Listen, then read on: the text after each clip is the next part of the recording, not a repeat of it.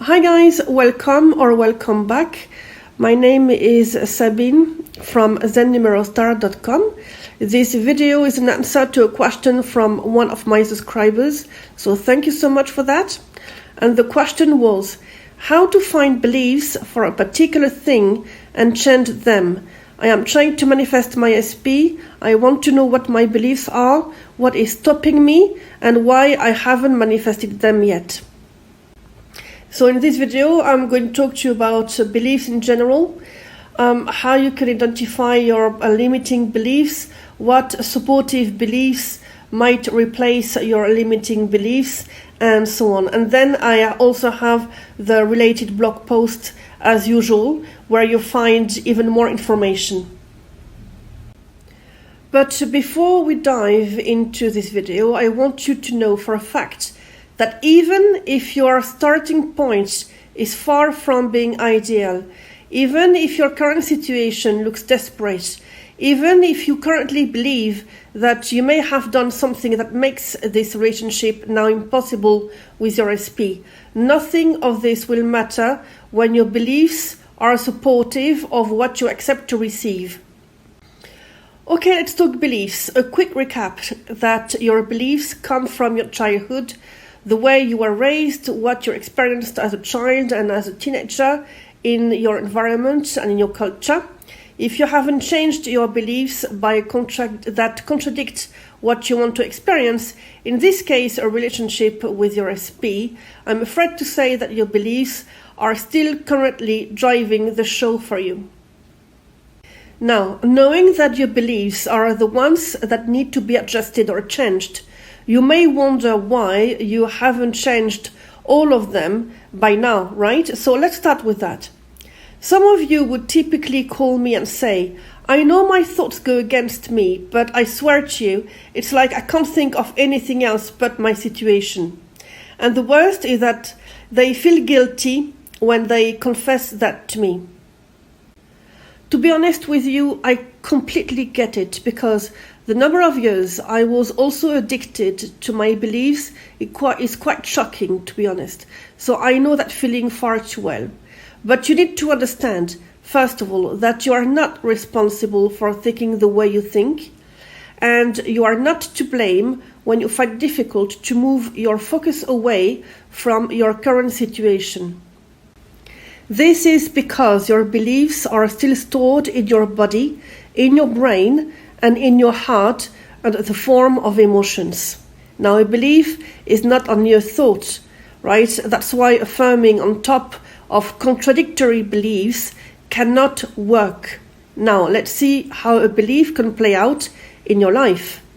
Sometimes you'll see it's very subtle, so there's no wonder why you try to catch them, and you find it quite an impossible task to do. So let's see how this translates.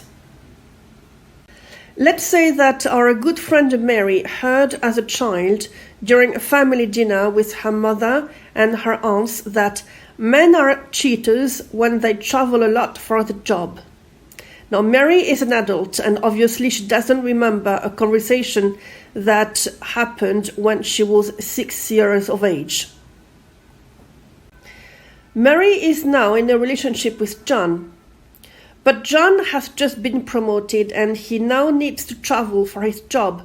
And anytime Mary's SP travels for his job, she stresses out, hoping that John is not going to talk to any other woman and cheat on her. The more John travels, the more anxious Mary gets. It might even reach a point where Mary is going to make a story that John seems to go really a lot to Chicago, so maybe he's leading a double life. So she starts looking for evidence that hopefully John will not leave her, and obviously, because she looks for evidence, at some stage she will get evidence that John could as well leave her. So now she's thinking of what she can do to fix it before it happens. And she thinks of ways that she can do to prevent that horrible thing from happening. In other words, Mary has just sabotaged her relationship with John, only because John was traveling for work. See what happened there? Mary took a single event, being that John travels a lot for work, and she gave it a meaning out of context, based solely on her unconscious belief that men who travel for their work are cheaters. And she did make that belief real and true to her because she had that data at an age when she couldn't analyze for herself and see if it was making sense or not. When a child, we all take everything personally and we can identify with what we see and hear. But as an adult, we need to practice not taking things personally so that we can change what is in our face. Because what we identify with, we emotionally engage with. And when there is an emotional engagement, that's it, the experience is anchored and true to our brain. Now, I want to be clear about something here. The thoughts and emotions are anchored and create memories, but they are not the root cause of the problem. In fact, when you become aware that consciousness is what matters and the beliefs you invite in your consciousness, you will with the emotions through an emotional purge on its own and not in relation with the event.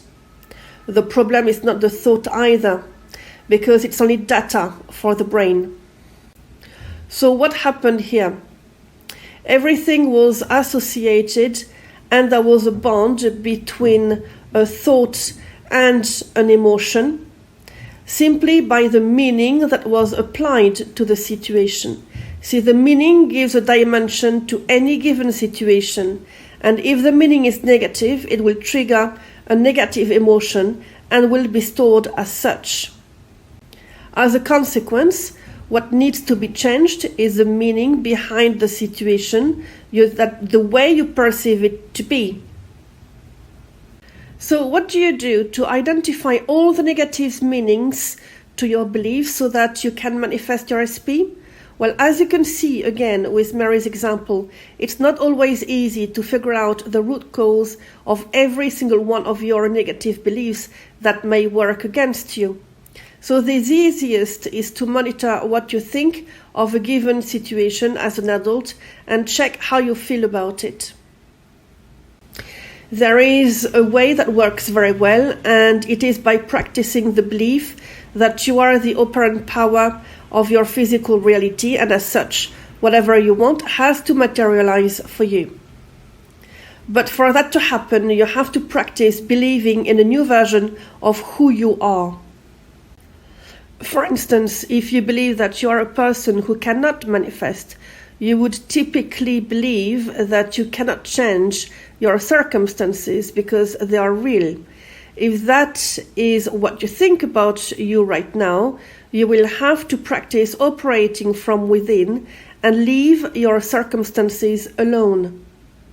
This requires some time if you are the type of person who analyzes things, who tries to find a solution, who thinks that without any action you won't get to what you want, etc.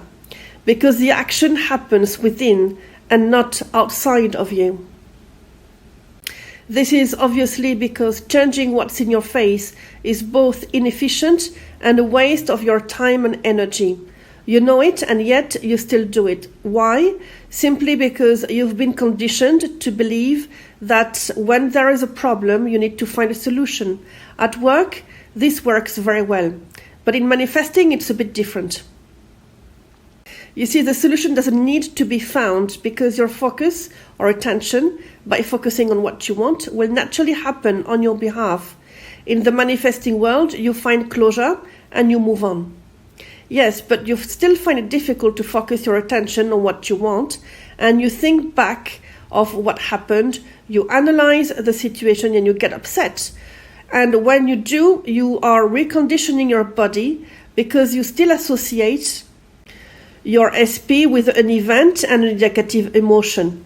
So why do you keep doing it when you know that it works against your manifestation of you being with your SP?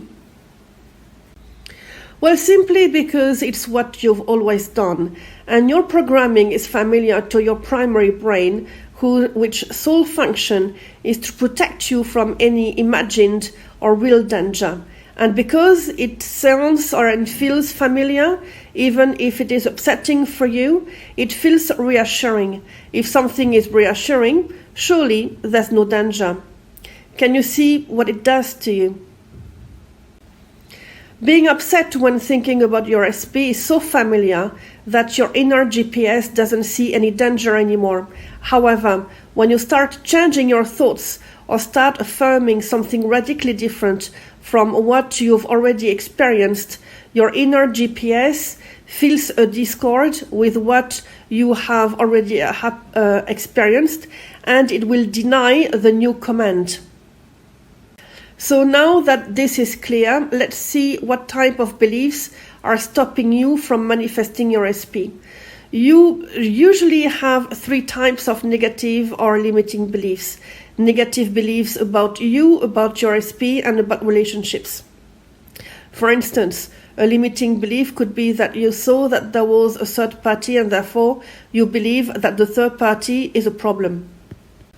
Or you believe that they are not ready to be with you for any reason, maybe because they would rather establish themselves career-wise before getting married, or because they have already had a failed marriage, or because you think that there is something missing within you. For us ladies, maybe that's because we don't feel that we're pretty enough or whatever. And for men, sometimes it's because they think they don't have the finances.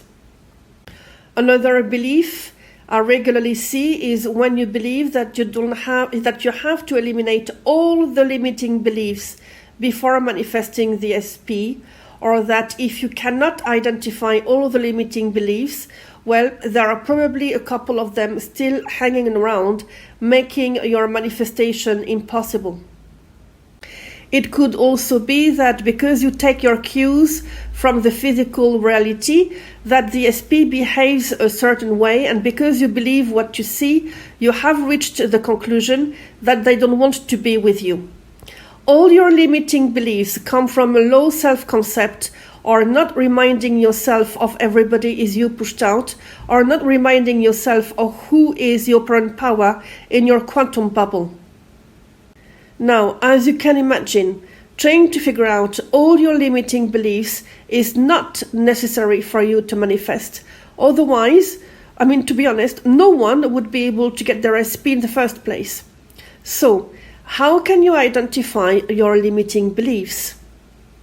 Well, you may want to ask yourself how you perceive your ability to be in a relationship, to be chosen, to be wanted.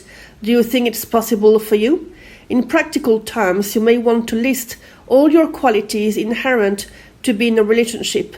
Monitor the way you feel as you list those qualities. A list about you is your number 1 priority. Then listing what you want your SP to interact with you, to participate in your happiness, is your step number 2. In other words, if you rush in creating some affirmations about your SP being in love with you and all, without knowing where you stand within yourself, this is going to be a waste of your time. Look at it this way. It's the same way with work. When you're given a project at work, you won't be working on it without thinking of the resources that you have and all the rest. You're going to be structured and organized. There is really nothing mysterious about it here. I insist on those steps simply because you don't want to start affirming on top of limiting beliefs.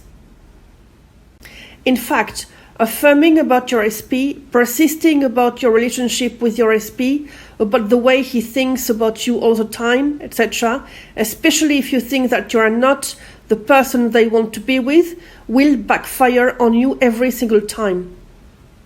And even if they come into your experience, it usually would be short-lived. Now, for more explanation on what you can do to change your beliefs and to have a few powerful affirmations, please go to the related blog post that I have linked in the comment section.